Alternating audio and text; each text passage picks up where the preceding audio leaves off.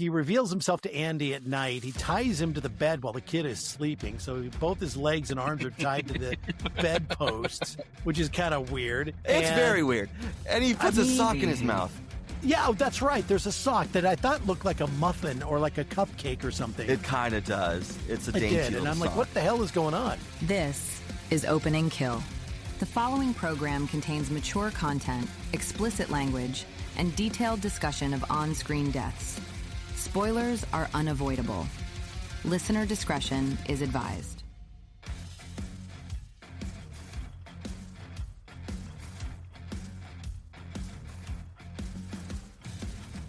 And welcome back to Opening Kill. We've got a very special episode 68, not quite 69, even though it is 68 and not 69. I am dressed a little scandalously. I have some chest exposed because I don't have AC in my attic and I'm sweating my ass off. So that is why, just in case you notice me glistening a little bit, I just wanted to get that out of the way immediately. That yes, I am moist. We're going to have to deal with it. I was going to say, you glistening is nothing new. You always glisten. Well, my personality always glistens, not so much my physical body. But it is now both are going to do that, so it's going to be a really fun episode.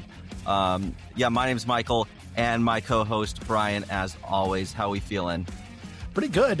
Not as hot as you are. I do have AC in the studio I'm in, so it's kind of been a blessing because it warmed up here in Southern Oregon today. It sure did. It is, the sun is out, and when the sun's out, I like to retreat into the shade, but I don't have that ability at the moment, so. Right. We're thriving, though. Coming up this week on this episode, Child's Play 2 from 1990. We have a special guest that's going to be joining us here in just a few minutes, someone who's been on with us before, he's a super fan of Opening Kill and an even bigger super fan of the whole Child's Play franchise. So we're going to bring JC on here in just a couple of minutes. But first, anything that you watched that's worth mentioning this past week? I am so glad you asked because I did watch something cool. So last week, my scare preview was Monkey's Magical Merry-Go-Round. Yes. And I actually got in touch with the director and I got to see that movie. So huge shout out to Aiden Leary. I just want to make sure I get his name correct. Yes, Aiden Leary, super cool dude. He sent me a screener, and this movie is really, really cool.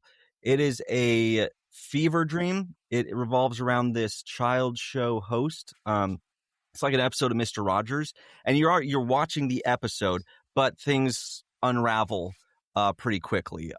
His friends, which are like, there's Monkey, there's a Weasel, a Beaver, all sorts of fun, colorful characters. They're all trying to help him through this psychosis, but they take a sinister role in it.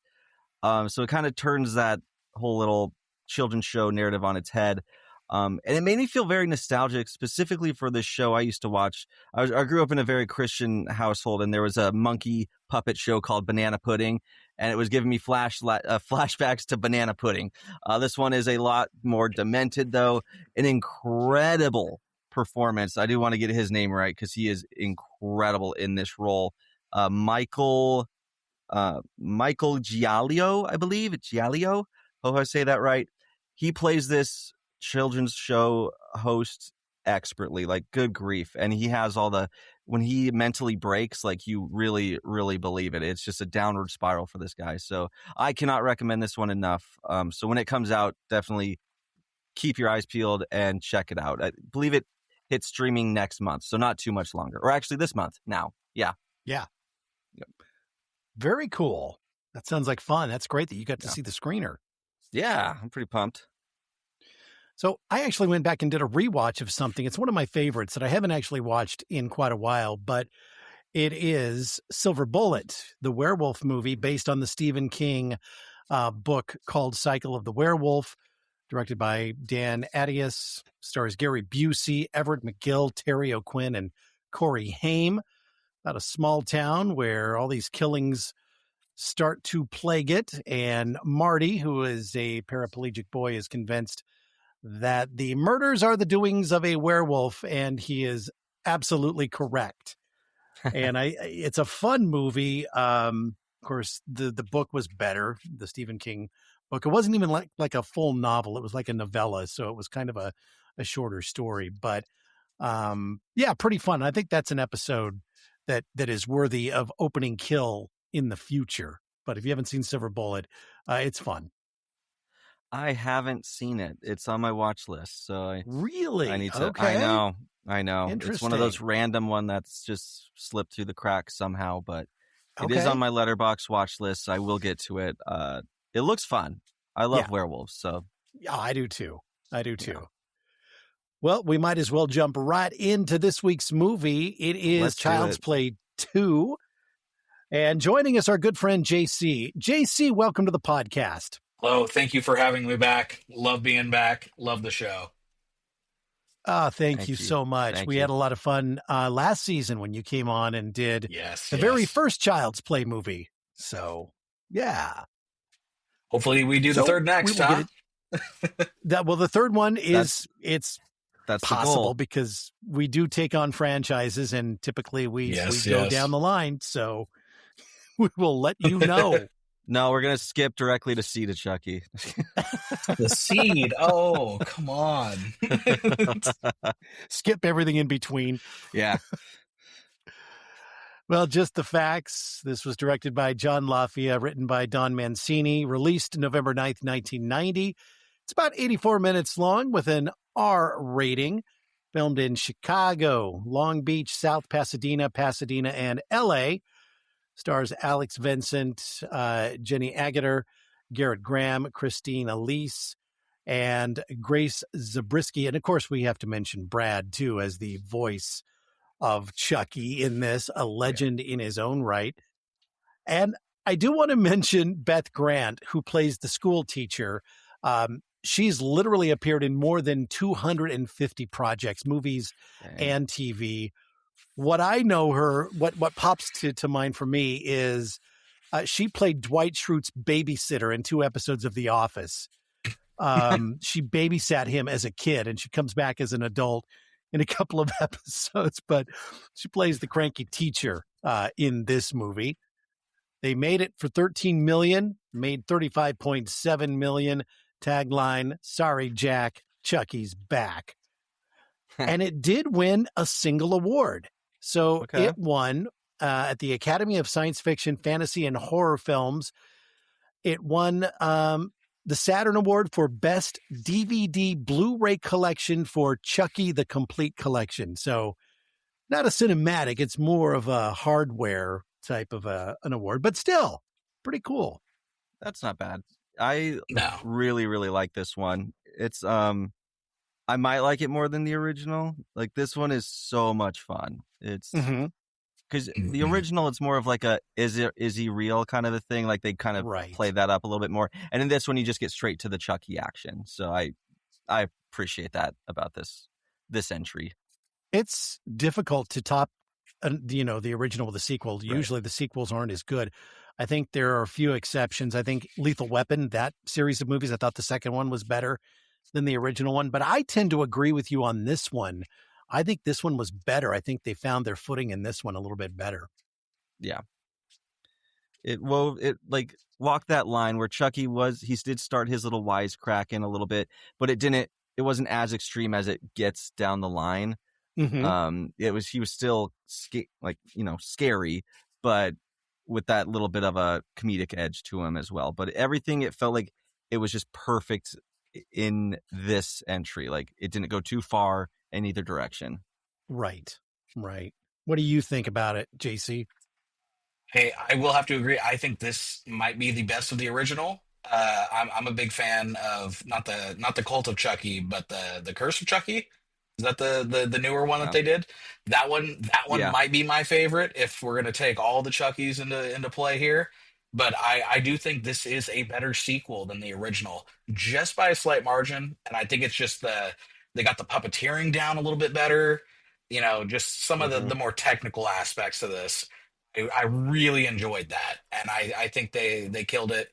They slowed down his speaking pattern, and it matches up with the puppeteering a little bit better. So, Mhm.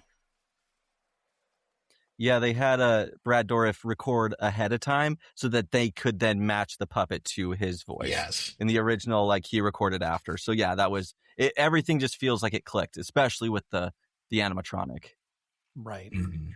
Well, in a nutshell, it's about the kid Andy again. His mother has been admitted to a psych hospital, and now Andy is placed in foster care. And Chucky, determined to claim Andy's soul, is not far behind. So this actually starts 2 years after the original murders connected to Chucky, and the Play Pals Corporation is still dealing with the fallout. And they've never publicly they insist that nothing supernatural ever happened.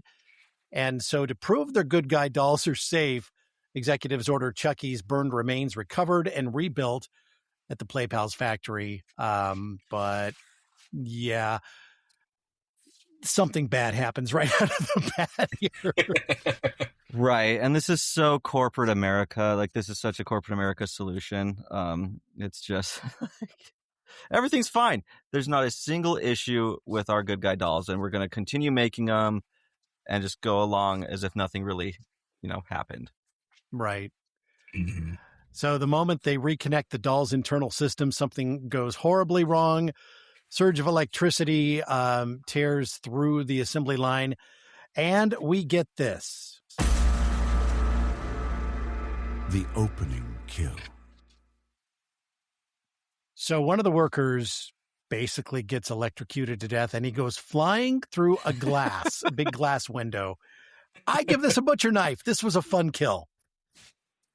It's definitely fun. I love a ridiculous electrocution scene, and this one it fits that role very well. And then if you add it, him getting flung, just yeeted through a window, and then we get some, I'm not going to say they're good makeup effects of like a burn, but they're silly and fun. And so I'm going to give it a butcher knife too, even though it's not, the makeup effects leave a little bit to be desired, but overall the kill is still a good one. I think I'm going to have to disagree with both you guys on this one, and I think I'm going to have to go with a butter knife. Ooh. I do like that it really Ooh. reminisces on the past movie. It feels very in tone with the last movie.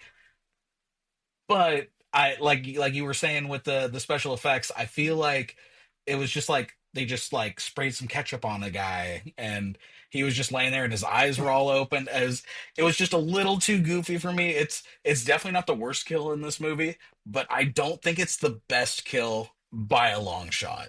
So I'm just gonna be a little Yeah. controversial here and just say butter knife on this one. I mean, that's Fair fair. enough.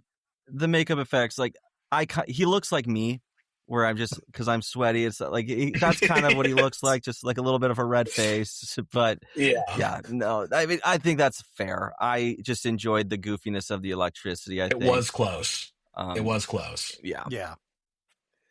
So Chucky comes back to life, and realizing the nightmare's not over, the company's CEO quietly orders the doll disposed of before anybody can discover the truth. But Chucky already has another plan. Meanwhile, our adorable Andy Barkley from the last movie, he is now 8 years old, and he has lost everything, because I actually appreciate how they ended up locking the mom up, because she kind of like went along with the story, telling everyone, yeah, no, it was a doll, like came alive, started murdering people. And they're like, well, you are not safe to be in the street. So they lock her up. Andy now has no family, and it's actually pretty incredibly sad. But I do like that they, for a doll movie, they're like, you know what, we're going to have a smidge of realism right here. Yeah, that's true. Because there's no way anyone would believe them. Right. And he's eventually placed with foster parents, Phil and Joanne Simpson. Phil is not excited about this at all. Even when he's sitting in the office, of this place where they're trying to adopt him out, he's really not having any of this. It takes a lot of convincing for him to get on board, because he just sees Andy as this troubled kid with all these delusional ideas about the doll and all that. I get it. Like, it's hard to not kind of be on his side. I know like he's not like a great guy in the movie, but realistically, I would have reservations about adopting Andy. Sure. Yeah. Absolutely. Hopefully, yeah. Yeah, everyone around this kid died or went insane, so Yeah, don't know if I want to bring him in. juju going on here. So Cute kid though. A cute kid. Yes, and for he's sure. polite enough. I mean, he's a good kid. He's not, not like an asshole. Right. So they get him home and he starts exploring and he meets Kyle, who's this rebellious, street smart teenager that the Simpsons are fostering. And Kyle, she's played by Christine Elise. And she kind of keeps people at arm's length, but she actually becomes his closest ally because the parents are still, even the mom, I mean, she's embracing him, but she's a little standoffish. Dad, absolutely standoffish. So they don't click right away, but it doesn't take long before she kind of takes him under her wing a little bit. Right. And you can tell she's like that rebellious bad kid because she smokes cigarettes in the house. Mm-hmm. And speaking of the house, can we talk about how fucking ugly this house is? It is the ugliest on the outside house I have ever seen. Yes. The outside, fine. It looks pretty normal. Inside, it is this god-awful pastel pink through the entirety of the house. It looks like an Easter egg. And it is so fucking ugly. I can't believe it. Like that's right. Yeah, well, it's pink and blue. Like when I right? moved into like these pink colors and blue. right here. Yeah, Yep. It's just like your shirt. Yeah, the entirety like of the house very unwell. is done in this. It is insane. When I remember watching the first, I'm like, who approved that? Yeah, but somebody did because there it is. Yeah, it's there. Somebody who gets paid a lot more than me, so whatever. So Chucky tracks Andy down using a stolen car phone. He calls the foster center and gets the address, which this is a little bit ridiculous, but that's insane. He just says, I'm his Uncle Chuck. Yeah. And they're like, oh, well, then here you go. This is where he's at. Yeah. We'll give you the address. We'll give you all this private information so you can go find him. No problem. Yeah. And he forces a Play Pal's employee to drive him there. Now, this is this guy's car, and he'd gotten into the car, snuck into the car, and the guy got a call from his girlfriend or whoever else saying, you remember the vodka, right? Which he didn't. He was supposed to pick up some vodka. So he stops off at this liquor store, goes inside, and that's when Chucky makes the phone call.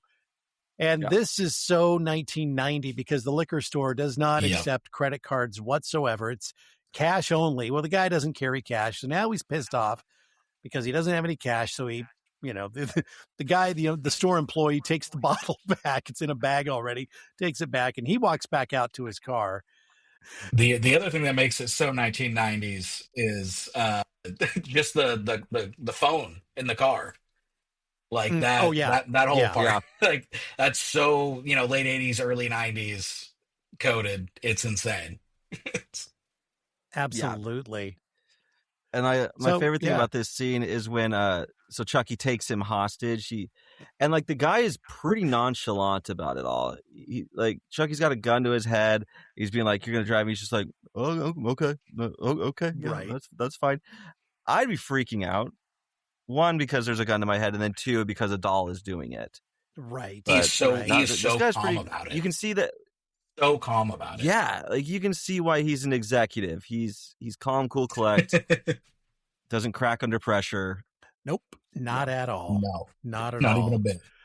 But what does he get for it? How about a plastic bag over the head? He does get that, and he ends up, how you say, dying. Yeah. That is one word for it. That is true, Michael. What a great way to put that, Michael. I'm a storyteller. What can I say? I have a way of words. I will say I do love the squirt gun part. when the toy he's gun holding is him a hostage squirt gun, with a squirt gun, and even he he's like, I know this is funny. Like it's so good. So this is kind of funny. Chucky gets to the house and he finds another good guy doll, which is his name is Tommy, and it starts talking to him as the good guy dolls do. So he basically takes this glass figurine that the mother had already told Andy, don't touch it, don't break it, because this was handed down from my grandmother to my mother to me. So don't touch it. Like, all right. So Chucky takes it and beats the shit out of this good guy doll, smashes his face, and ends up breaking the glass piece into a million pieces. You know, a fun piece of trivia about that. You know, his name's Tommy. I heard that they named him after Tom Holland. Oh, really? Yes, that's Interesting. I heard that's where the Tommy came from, not just some random name. Okay. Mr. Tom Holland himself. Okay. Wow. And let's clarify, we're not talking about No. Tom Holland, who's married to Spider-Man. Zendaya. Yeah, we're not talking about No. that one. There's No, a no, different no. one.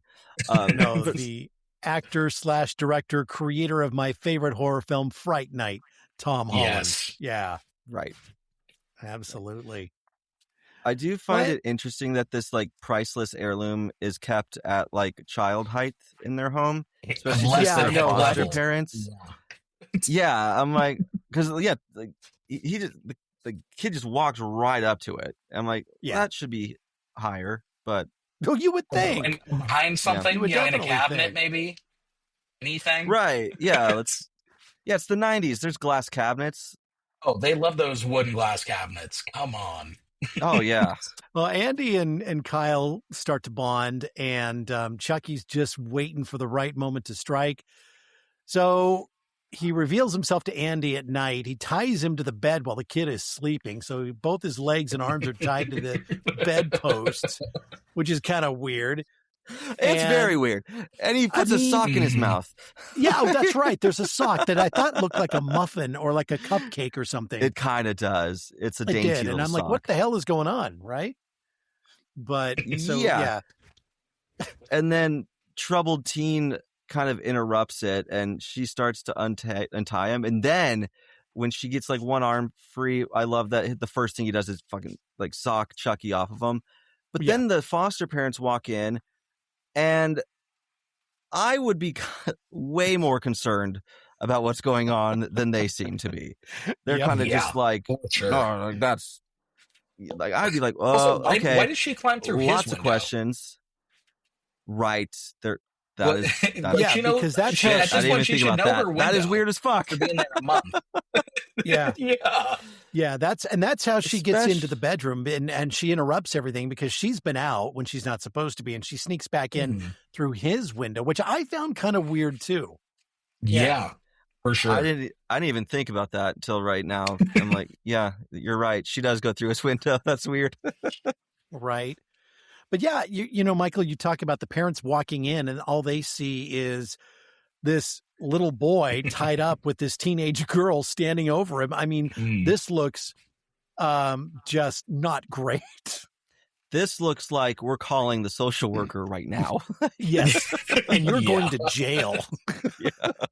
God. Yep.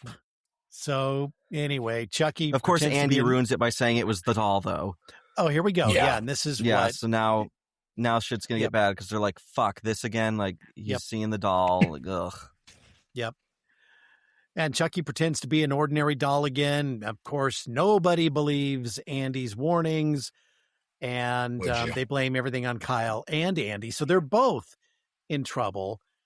And they also end up finding that broken glass statue, and neither one of the kids did it. So they're not copying Right. to it. So they both get grounded and get punished for this, even though it obviously was not their fault.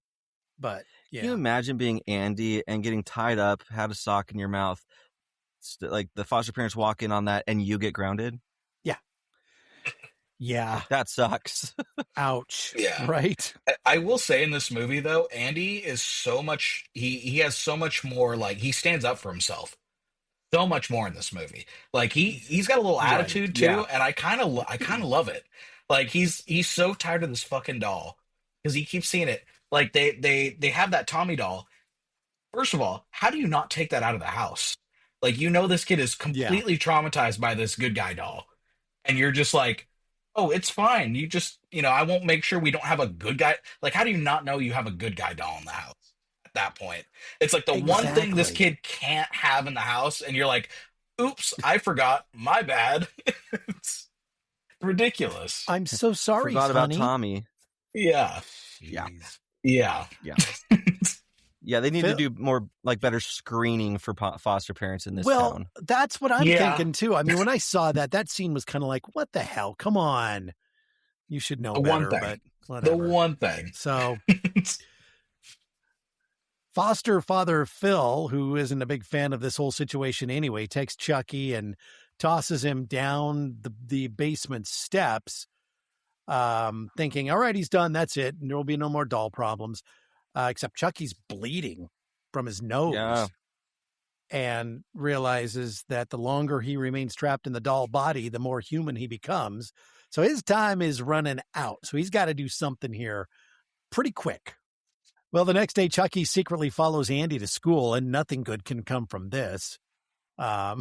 He vandalizes Andy's homework, and he writes, "Fuck you, bitch," across it, which lands on the teacher's desk. And she sees it and immediately throws him into detention. So this kid is just getting knocked around by everybody. Yeah. You know, every But adult I in will his say life sucks. the most unreal part about this movie is that the back seat of that bus was completely open. I don't know about you guys when you guys were growing up, but the back seat of the bus was for the cool kids. Yeah. And both of the back seats were Yeah. completely open in that bus. And for me, I was like, that was the first thing that I clocked in my head. I was like, there's no way that this kid would be able to go sit in the back of the bus. Like, cause that was like the cool seat to sit in.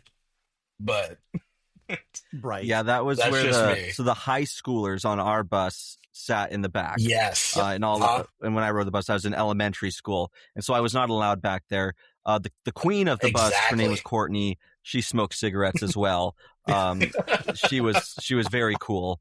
But that was her spot. So you're right. That is very Yeah. For me, I'm Absolutely. a little bit younger, so we did have vapes at that point. You know, the nice blue electric cigarettes. I remember that's the first time I saw one, and I was like, "That's the craziest thing I've ever seen in my life." Like, you're smoking, but it's digital smoking. Insane. And then poor Mrs. Kettlewell, the teacher, gets murdered. And kind of a new one here for Opening Kill. She is murdered with an air pump and a yardstick.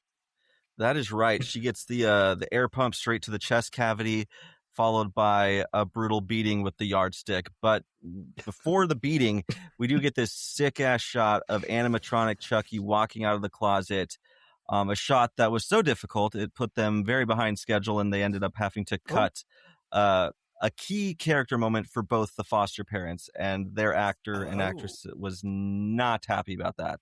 They were very cross and bitter about it. But I think it's worth it for this cool shot of him literally walking. And then he proceeds to beat the teacher, and it has this cool little like camera trick where every time the yardstick lands, it zooms out further until it's just like looking at the building. It's done so across well. The street. Yeah. Yeah. And you can still see it in the window. I don't know why. You can still see it. Yeah, you can still see the little thing. Like, it's pretty cool. It's a weird little style choice, but I appreciated it. Yeah, I heard from one of the writers that this was his original plan for the movie was that Chucky was supposed to like take on all the people that were wronging Andy originally in the first movie, and so he kind of moved some of these ideas to the second movie, and so like, a teacher being mean to you, maybe like a schoolyard bully, like, so a lot of these ideas I heard they got transferred over into this. And it was the same thing with I don't want to spoil too much for the ending scene, but I guess his original idea was to bring it back to the factory like they do in the end. Yep. Yep, that was originally supposed to be in the first one. So he really was. Don Mancini was really good at recycling these really good ideas that just didn't necessarily fit in the first one. And I think this movie's better for it. It is absolutely 100%. So with all this extracurricular activity going on, foster father Phil decides that Andy may need to be sent back to the foster center. This might be just a little bit too much for them to handle in this house. Andy ends up sneaking into the basement that night. He's armed with an electric carving knife. This would be suspicious. He's hoping to finally stop Chucky himself. He actually opens up the dryer thinking he's in there, and he starts like cutting up the clothes that are in there. And I'm like, oh God, this can't end well for him. And, instead Chucky overpowers him. Andy manages to slash Chucky across the face, more blood, more living tissue. And then Phil pops the door open at the top of the basement, and all he sees is Andy standing there with this electric carving knife going, oh, shit, put down the knife, kid. Right. That's not a scene you want to stumble upon when you're a parent. No. No. And then, clearly, especially with this kid who has this past, you're like, fuck. He's got a knife, not just a knife, an electric one. Right. And he doesn't, and Phil doesn't see Chucky underneath the stairs. He ends up like tripping him. And Phil then is hanging upside down from like the banister. And this is one of my favorite Chucky lines. He just looks at him and goes like, how's it hanging, Phil? Yeah. I will say, when Chucky, or when they have that first person scene, because they love their first person point of views in the Chucky franchise. When you see the camera going up and he's like starting to look through all the drawers, you're like, is this Chucky? Like, is Chucky looking for a weapon?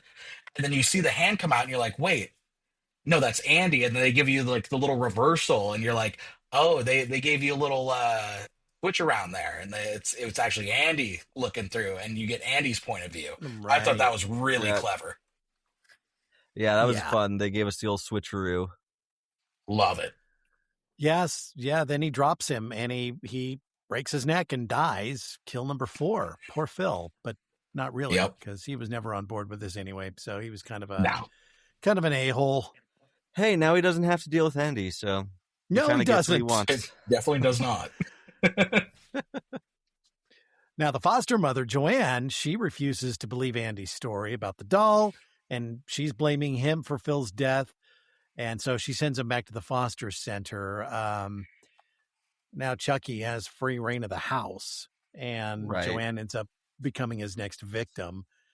Kyle goes outside. She's on the swing.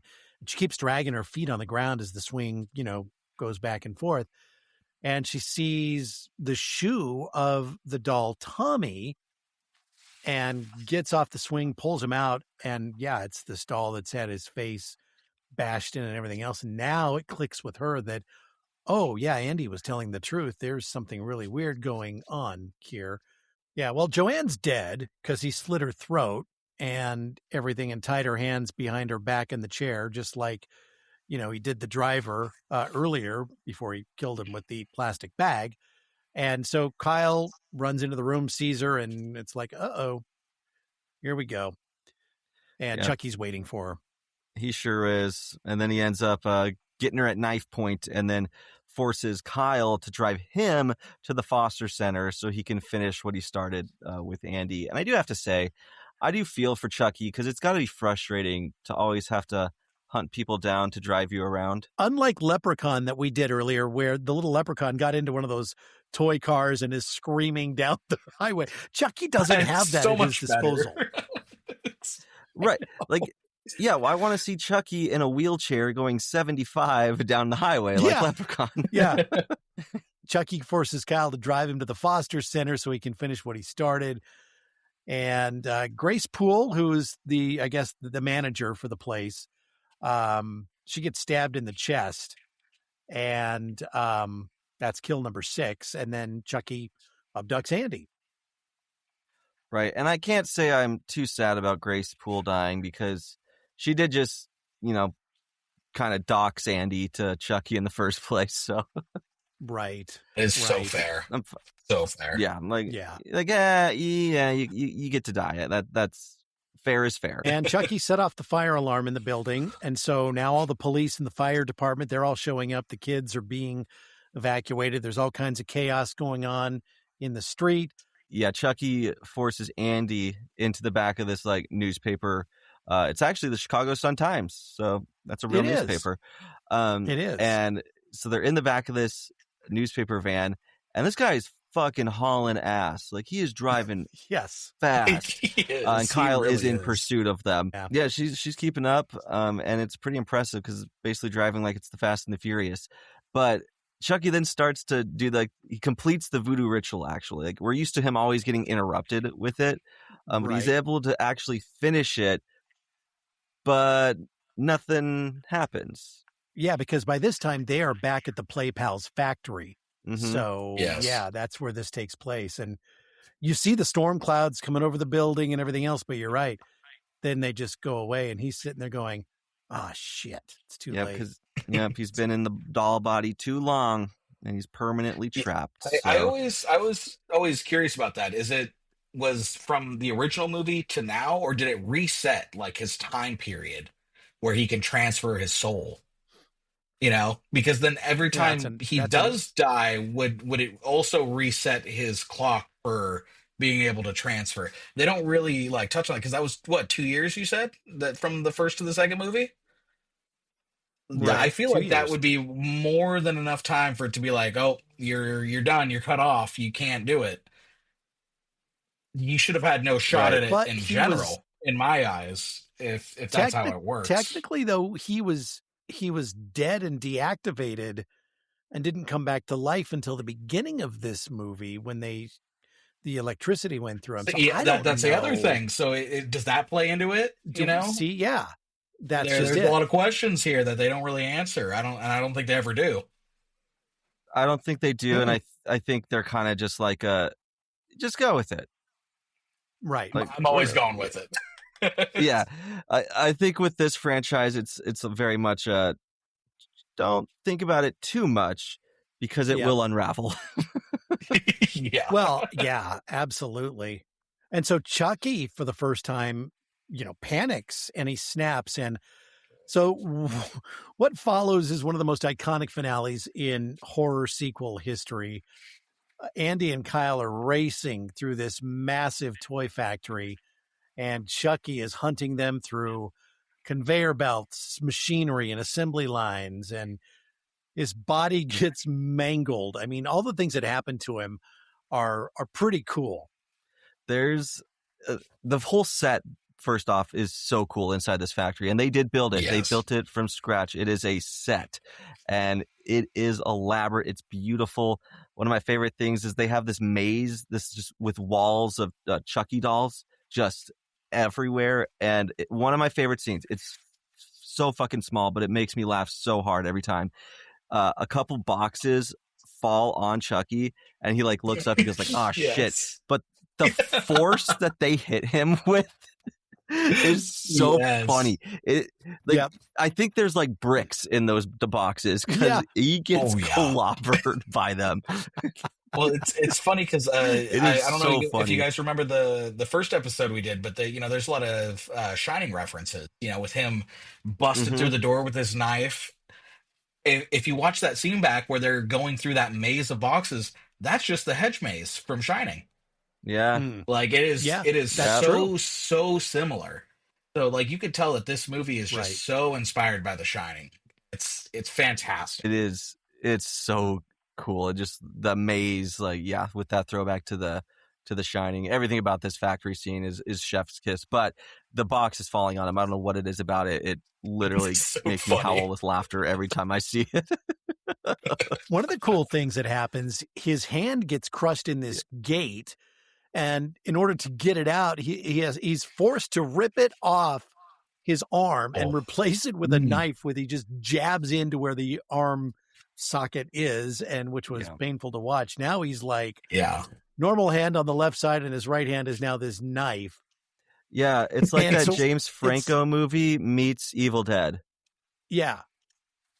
The 127 hours very one. Evil Dead. He rips his hand off. Very Evil Dead. Yeah, yes, yeah. It's Ash with the chainsaw, and I love how the insides of his hands. It's it's icky. It feels it's very gory when he rips it off. There's blood, there's meat in there that when he jabs that knife into it, you're just oh, fuck, oof. Very meaty. Very meaty. with all the chaos that's going on in this toy factory, part of the equipment starts to break down. One of the pieces of equipment breaks down. So an alarm goes off, alerting the one technician. There's only one person that we see working in this entire factory because everything's automated. So an alarm goes off in the control room where he's at. He looks at his monitor and goes, okay, got to go out there and figure out what's going on. So he goes out to repair this machine, and it's the machine that plugs the eyes into the good guy doll heads, right? And so he's underneath it, no safety equipment on. This is like a bad deal. This is like OSHA violation, left and right here. And so the equipment comes back to life. He gets slashed, and then this thing like plugs him in the eyes where it was going to put eyes and gouges his eyes out. And that is kill number 7. So Chucky's body is literally torn apart piece by piece, but the willpower this evil doll has is pretty incredible because he just keeps it coming. He keeps coming after him. He's still kind of laughing, and he's threatening them and chasing them and everything. So he's not dead yet. Even when he's kind of like that knight in Monty Python and the Holy Grail, who's like loses his arms, and it's just only a flesh scratch. It's only a flesh wound. That's Chucky in this scene because at one point he loses his legs and he's just like scooting after him. Yep. Like, the little wheelie. I'll still fucking kill you guys. That's so good. Yeah. Right. So eventually Andy opens an emergency valve covering Chucky in molten plastic, and seems like this time, it's going to end him for good. But nope. Chucky rises again. He's half melted, barely recognizable, and now even more terrifying. He just looks so freaky, and he attacks again. Yeah, it keeps him coming. And just molten plastic, that's not enough to keep Chucky down. No. But what is enough to keep Chucky down is an air hose, because that's what he gets. And I love this visual. So this gets this air hose in his mouth, and he just blows up like a balloon. Yep. And like for a brief moment when he's super blown up, he looks like a garbage pail kid, kind of. Yes, he does. And then just like a garbage pail kid, and then that doesn't last long because his head just fucking explodes, and it looks what is that amazing. Arnold Schwarzenegger movie where that happens? Is it Total Recall? Or it is. Where he's in space and they blow up his head and the dude's head just gets all big. Yep. Yeah, I was like, that's exactly what I was thinking when this happens. Dude, oh my gosh. Random thing, but it totally is connected. So Arnold Schwarzenegger, let's talk about Kindergarten Cop for 2 seconds, because in the scene where Andy is sent back to the orphanage, he is wearing the exact same outfit as the kid who talks about vaginas in Kindergarten Cop. Oh my God. Look at his side by side. He's wearing the exact same outfit. That's so funny. Yeah, that just jogged my memory about that. If we're gonna so keep thank you talking for bringing about up Total Arnold, Recall. The end of this movie feels so much like Terminator. When he loses his hand, it's almost the same way it happened in Terminator. There's a lot of Arnold in this movie. Very sneakily, right? There is. So he blows up, and body parts and pieces just go flying everywhere. Andy and Kyle walk out of the ruined factory together. They have no family to go to, no home, no idea what happens next. But for the moment, Chucky is dead again. So, but we all know, because there's more movies, not the final final thing here. Yeah, he'll rise again and again. He will. Final kill count was 7, a decent number. I mean, considering that last week we had to count over 140, 150 kills in Sinners. So this was a fairly simple movie to keep track of as we were watching it, getting ready for this. My favorite character by far was Kyle. Yeah, that's it. She's just so sweet with Andy and how she takes him under her wing. I think I'll go with Kyle as well. Someone has to love poor Andy, and damn it, she's going to do it. I'm going to mix it up. I'm going to go with the news delivery man. That man, he cracked me up Oh, so hard. He's like, "Oh, that's you're a funny. crazy bitch." When he like she cuts him off, and he's just this man's just trying to do his job, Yeah, and that shit, I was like, that is so funny to yeah, me. So that man, he's my favorite. He doesn't have a that's name. funny. I try to find his name. He doesn't have one, but that guy, he's my favorite. Uh, Hell yeah. okay, good enough. Favorite kill for me, it was the one right before Chucky, the technician who got his eyes gouged out in that machine. That was a pretty gnarly kill. You son of a bitch. Yeah, that's my favorite too. I just love how those fucking eyes look. It is so Yes. funny. Yeah, I'm not even going to try to be cheeky. I'm also going to agree that is the best kill in the movie. It's hard to deny. yeah, yeah. Nice. Favorite scene for me was that whole sequence of scenes here in the factory at the very end. That whole chase sequence for me, that was my favorite part of the movie. Yeah, mine is, I'll narrow it down, but yeah, I mean the factory scene is just one of the best third acts in horror. Like, it is so fucking good. I love it so much. But I'm just gonna do the one that I already talked about, when the fucking boxes fall on Chucky. That's my favorite scene in this movie.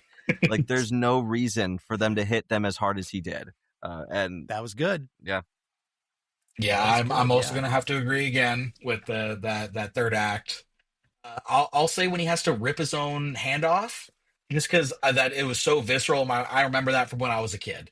Like that yeah. stuck with me. Like, the one thing I remembered about that movie, it was that part. I'm going to stick with that. How screwed are we? Well, I think I would make it out of this movie because I can at least kick a doll's ass. So I think I'd get out okay. Yeah, I have a hard time feeling like Chucky could get me. Like, I know he's a serial killer or whatever, and he kills a lot of people, but I have a hard time feeling like I would succumb to Chucky and his doll strength. I just don't see it. It might sound cocky, but I'm feeling like I'm pretty good. Yeah, for me, I definitely have seen enough doll movies where I'm very wary of a doll. So if anyone says anything like, "Oh, this doll's gonna kill," I'm already on edge. I'm not taking any chances on that. So I would also like Yeah, to think that right. Right. I would have the upper hand in that situation, because that's how he gets it. Is he makes you underestimate him. Yep. Yeah. Yep. So we do have a final girl and a final boy. I'm going to give Kyle, I'm probably going to give Kyle an 8 because just she's badass. And I will give Andy a 9 just because of all the shit he's had to go through over the last 2 years of his life. So that's how I'll break this down. That's fair, because yeah, he literally loses his mom. He Mhm. loses everything, and he still rises above it and is able to be victorious yet again. So I'm gonna give Andy, I'll give him a 9, and I'll give Kyle a 8. I think, yeah. Okay. JC, what say you? I'm gonna have to give Kyle a 7.5, just because of the whole scene where Okay. she flings him out the window, and then she just keeps trying to run him over rather than just go and get Andy. Like, she could have. I mean, I know we all know how fast Chucky is. He is the Flash. We know this. But after she flung him out of the window, she could have just drove and got him, and a lot of this could have been, avoided. So I'm gonna have to give her a couple less Damn it, my points. fucking internet. And then for Andy, I think Okay. I'm gonna have to give him 8.5 for him sliding down those poles in the factory, because he was there, and Sure. he when he was sliding down that little chute, he looked so unamused at that whole situation. Oh, he did. Yeah, I would too. Totally. Slasher survival tip. If a doll starts talking when nobody else is around, don't waste time trying to convince adults you're telling the truth.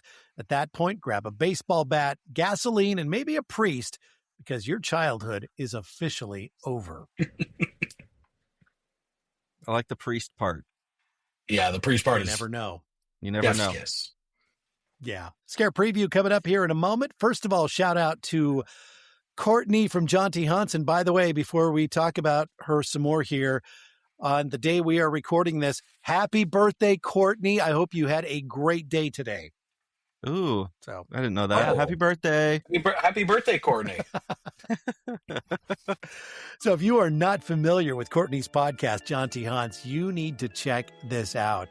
She kept a secret for 30 years that she can see ghosts, and now she is telling the world about it through just some incredible stories, some amazing guests, and more.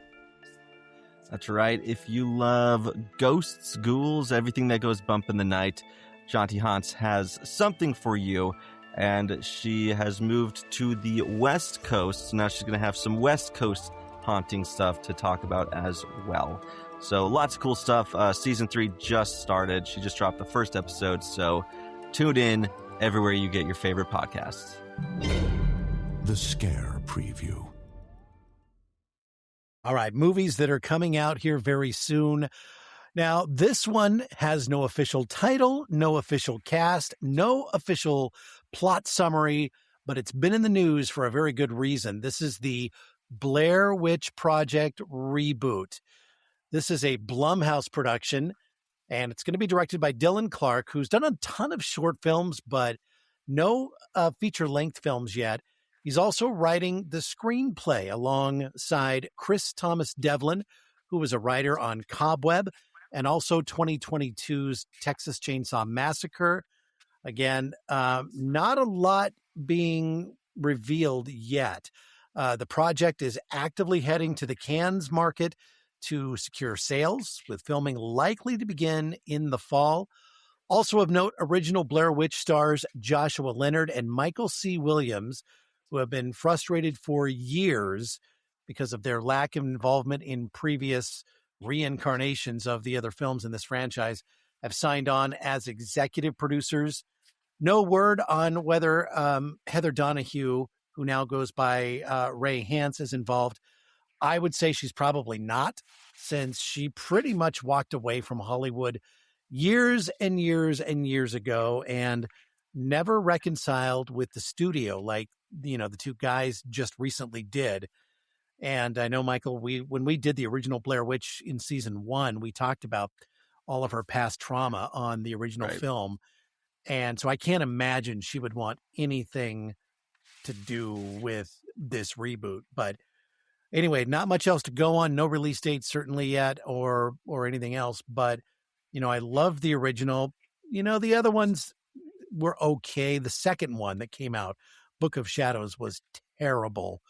But I did, somewhat enjoy the other two that came out. So this one, I'm intrigued to see what they do with it, how they can reinvent that. I mean, this was kind of like, wasn't the very first found footage film ever released, but it was certainly the one that made the most impact and really opened the floodgates for other filmmakers to come through and put this genre, kind of in front of everybody. So, should be interesting. Nice. Yeah, I've got another one in a franchise coming up, Evil Dead Burn. This one, the trailer just dropped. It looks fucking insane. I am pumped. It's coming out July 10th. It still has Sam Raimi's attached as a producer, so we're still going to get that aspect. It looks very much in vein with the Evil Dead Rise and then the 2012 reboot, I believe. So I am stoked. This one looks great. The trailer just came out, so check that out. And yeah, July 10th. Bruce Campbell just did another movie that was filmed around the area, and they did a premiere at the Holly Theater in Medford for it a few weeks ago. So, is he involved in this one at all as a producer, or? Not that I immediately saw, but I think he is producing.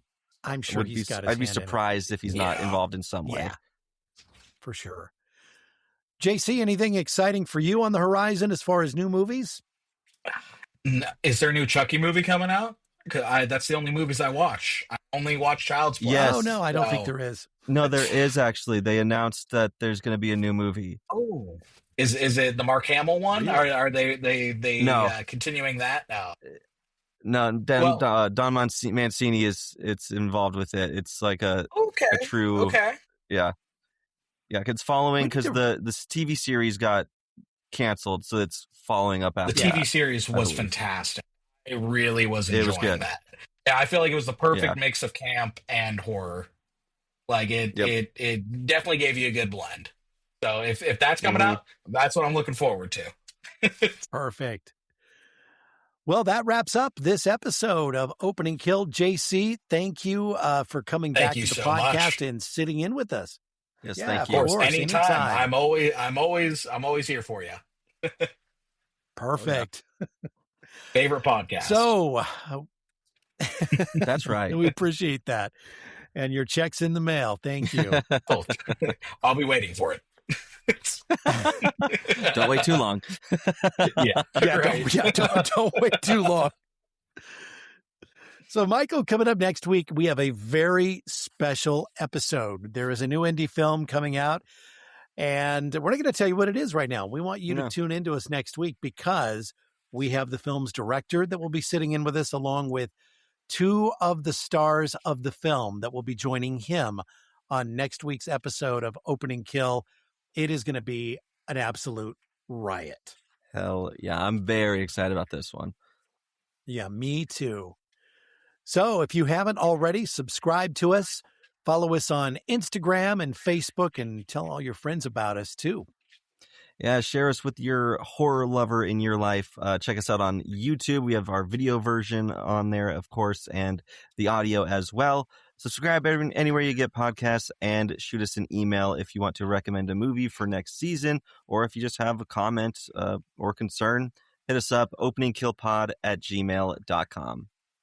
And if you want to find out a little bit more about Michael and I, and eventually you can go here to take in those episodes as well, go to mysticcloudfilm.com/opening-kill and find out more about the Opening Kill podcast. Yep. Cool. All right. Well, again, join us next week for a very special episode of Opening Kill. Thank you for hanging with us, and we will talk to you then. Yep. Opening Kill is produced by Mystic Cloud Productions and hosted by Brian O'Connor and Michael Duran. New episodes drop every Thursday wherever you listen to your favorite podcasts. And don't forget, you can watch the video versions on YouTube. See you next time, if you survive the opening kill.